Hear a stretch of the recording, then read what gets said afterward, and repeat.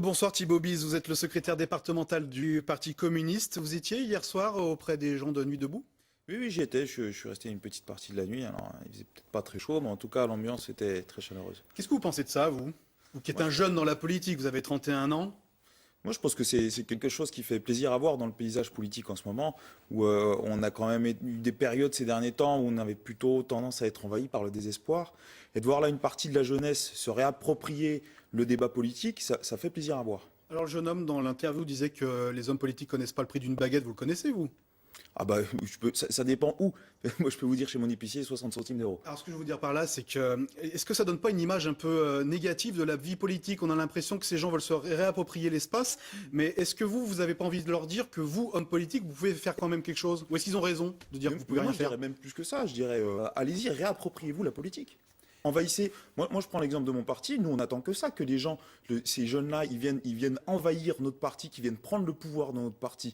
En plus, le Parti communiste, il est fait pour ça. C'est son histoire. En fait, vous êtes un Donc, peu en repérage, du coup. C'est plutôt pour le Parti communiste, ça peut être une source de nouvelles recrues. Vous leur dites, indignez-vous pour l'instant, et puis une fois que ça vous aura forgé peut-être une vraie vision politique, rejoignez-nous.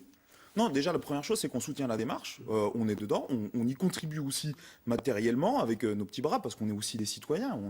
On a notre part à prendre aussi dans ce genre de mouvement. Après, voilà, moi, ce que je veux dire derrière ça, c'est qu'aujourd'hui, on prête notre force militante pour aider, puis on a un certain nombre de jeunes aussi issus de notre parti qui sont engagés à l'intérieur de ce mouvement. Mais ce que je veux dire par là, c'est reprenez le pouvoir, reprenez les choses en main. Et je pense que c'est aussi le corps de ce mouvement-là en ce moment. Alors, reprendre le pouvoir, le Parti communiste essaye aussi de le faire avec ses adhérents, ses sympathisants, en proposant aux gens, par une consultation citoyenne, de donner leur avis sur ce qu'ils aimeraient voir. C'est quoi? C'est de la politique à la carte ou vous préparez pour 2018? Quels sont les objectifs, clairement, avec ça? Euh, 2017, pardon. 2017. Oui, excusez-moi. Je pense qu'il faut arrêter d'être dans l'obsession uniquement de 2017. La vie politique, c'est pas uniquement la présidentielle. Il y a d'autres élections. Et même en dehors des élections, il y a une vie politique qui existe. Et nous, ce qu'on veut, c'est faire aussi de la politique autrement. On en a un petit peu marre d'entendre à chaque fois des gens, des hommes politiques, issus des grands partis qui disent les Français ils pensent ci, ils veulent ça, etc. Nous, on veut prendre les choses à l'envers et on va aller consulter les gens et on va leur demander ce qu'eux, ils veulent. Alors, objectif 500 000 signatures pour la France et 4 000 pour le Doubs. Vous demandez aux gens de donner leur avis, on l'aura bien compris. C'est sur le site du Parti communiste. Ce qu'on va faire, on regarde ce qui s'est passé dans l'actualité cette semaine et on en reparle après. Regardez. Ce n'était pas vraiment une manif, non, plutôt une photo souvenir devant ce panneau qui sera bientôt démonté. Le centre de tri postal a fermé il y a quelques heures et pourtant ici, pendant des mois, les syndicats se sont opposés à cette fermeture en vain.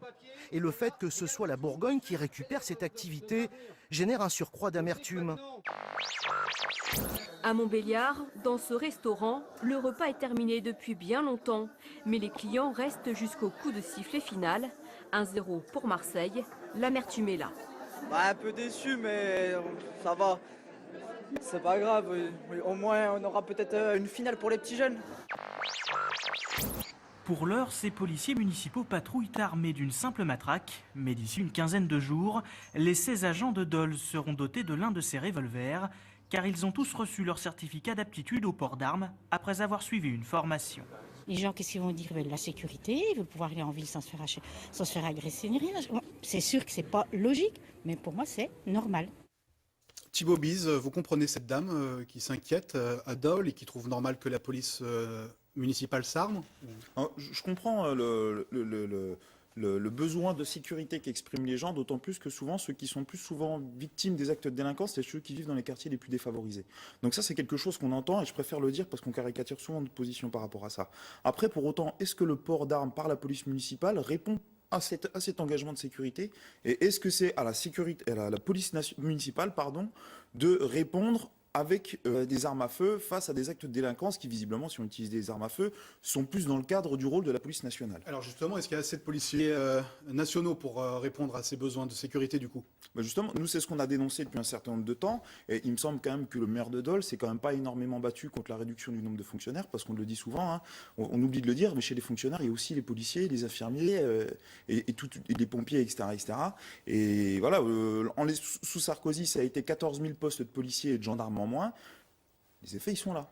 Sur le centre de tri de la Poste, je sais que c'est un sujet qui est très sensible pour le Parti communiste, et notamment, bien sûr, dans le Doubs. Dijon, c'est vraiment les plus forts? Mais, je pense en plus que c'est pas dû à la fusion, à mon avis, Besançon. Vous pensez que c'est un calcul de Franche-Comté. comment ils profitent de la Poste profite de la fusion? Oui ou non, mais ils en ont déjà parlé de toute façon. Nous, on avait déjà proposé, le groupe communiste à la ville de Besançon, une motion pour demander à la Poste de maintenir son centre de tri à Besançon, parce que c'est quand même une centaine d'emplois. Et aussi, enfin, aujourd'hui, en ce moment, on est en train de parler des accords signés sur la COP 21.